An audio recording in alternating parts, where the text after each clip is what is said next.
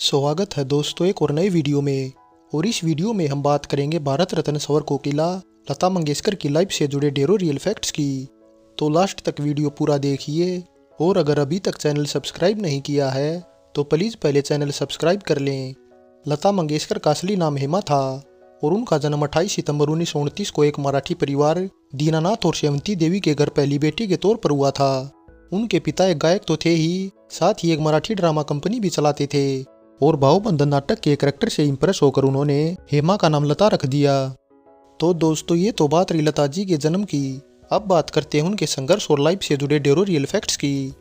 Fact number 1, Lata ji 5 साल की उम्र से ही अपने पिता के सामने गाने से बजती रही थी, लेकिन एक दिन उनके पिता दीनानाथ ने उन्हें गाते हुए देखा तो वे चौंक गए और तब उन्होंने डिसाइड कर लिया कि वे लता को गाना ही सिखाएंगे।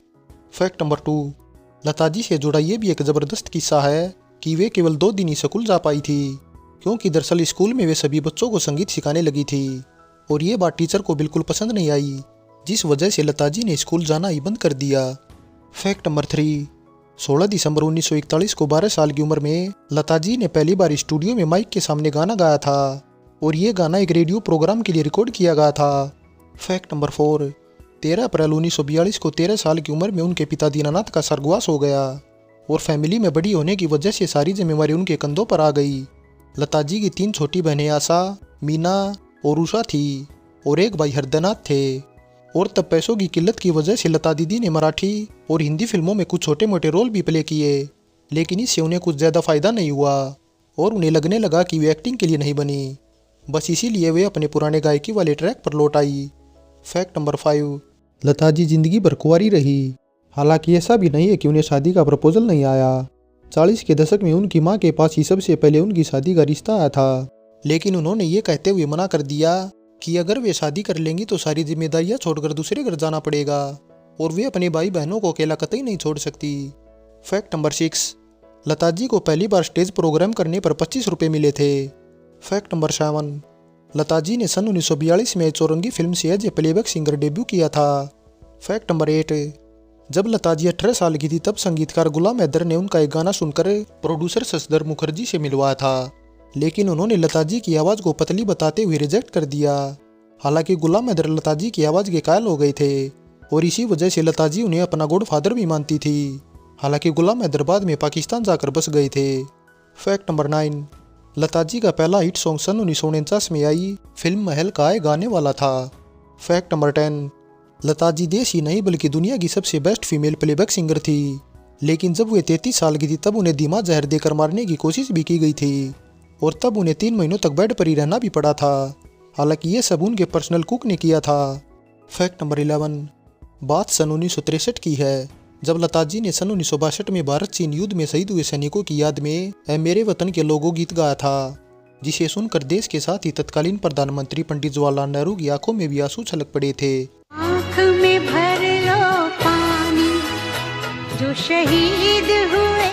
फैक्ट नंबर 12, लता जी से जुड़ा ये एक और सच्चा और ईमानदार किस्सा है कि जब तक वे अपनी आवाज़ से संतुष्ट नहीं होती थी तब तक वे किसी सॉन्ग की रिकॉर्डिंग नहीं करती थी और जब वे चीखती थी तो सारी फिल्म इंडस्ट्री को बुखार आ जाता था। ये वो दौर था जब लता जी की आवाज़ के बिना कोई बड़ी फिल्म मुकम्मल ही नहीं होती थी। फैक्ट नंबर 13, लता जी ने हिंदी मराठी के अलावा देश की लगभग सभी भाषाओं में सॉन्ग रिकॉर्ड किए थे और सभी को मिलाकर लगभग 36,000 से ज़्यादा गाने गाए थे। फैक्ट नंबर 14, दोस्तों लता जी से जुड़ा ये एक और ऐसा किस्सा है जिससे हर हिंदुस्तानी का सीना चौड़ा हो जाता है, क्योंकि दरअसल लता जी ने एक टाइम लंदन जाकर ब्रिटिश गवर्नमेंट को झुका दिया था और पाकिस्तान वाले तो ये कहने लगे थे कि चाहे कश्मीर मत दो लेकिन लता मंगेशकर को दे दो। और इसके अलावा हिंदुस्तान की कुछ राजनीतिक हस्तियों को छोड़ दें तो देश की पहली पैन इंडिया शख्सियत लता मंगेशकर ही थी। फैक्ट नंबर 15, एक बार दिलीप कुमार ने लता जी के बारे में कुछ ऐसा कह दिया कि वे गाती तो बढ़िया लेकिन उनके गाने में मराठी दाल भात की बू आती है।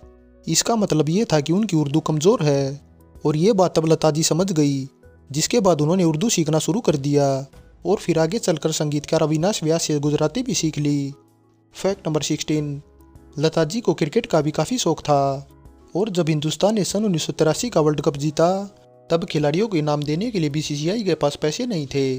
तब लता जी ने ही आगे आकर 2 घंटे के कंसर्ट से इतने पैसे जुटाए कि बोर्ड ने खिलाड़ियों में 1-1 लाख रुपए बांट दिए और फिर इसके बाद देश के हर इंटरनेशनल मैच में कम से कम 2 वीवीआईपी सीटें लता जी के लिए रिजर्व रखी जाने लगी।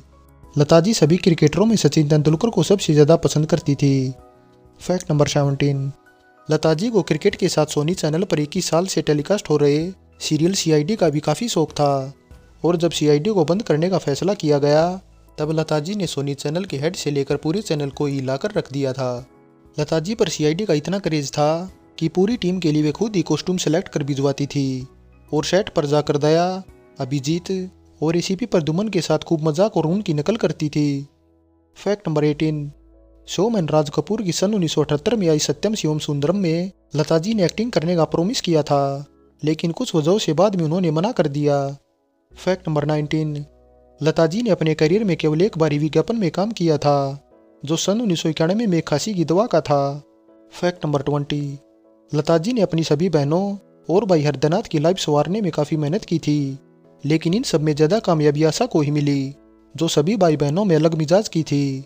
और 16 साल की उम्र में ही उन्होंने लता जी के सेक्रेटरी गणपत राव से शादी भी कर ली, जिससे लता जी उनसे काफ़ी नाराज़ हो गई, क्योंकि गणपत उनसे 2 गुनी उम्र के थे। फैक्ट नंबर 21, लता जी की लाइफ काफ़ी साधारण थी, जिसमें उन्हें कपड़ों का भी कोई शौक नहीं था, बल्कि वे सफ़ेद साड़ी पहनना पसंद करती थी। लेकिन इसके उलट कारों का उन्हें इतना शौक था कि कई महंगी कारें वे अपने पास रखती थी। फैक्ट नंबर 22, लता जी ने वैसे तो अपने जीवन में ढेरों अवार्ड जीते, लेकिन सन 2001 में मिला भारत रत्न उनके लिए सबसे खास था। फैक्ट नंबर 23, एक अनुमान के मुताबिक लता जी की प्रॉपर्टी 370 करोड़ रुपए है, और उनके गाए गानों की रॉयल्टी से उन्हें हर महीने लगभग 40 लाख रुपए भी मिलते थे। फैक्ट नंबर 24, 60 के दशक में रॉयल्टी को ही लेकर लता दीदी का मोहम्मद रफ़ी से झगड़ा हो गया था, जिसके बाद उन्होंने 4 सालों तक रफ़ी साहब के साथ कोई गाना नहीं गाया।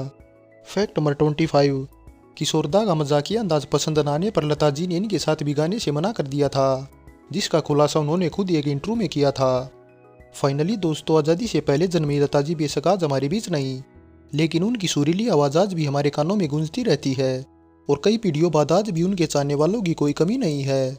इसलिए सत सत नमन है ऐसी महान आत्मा को।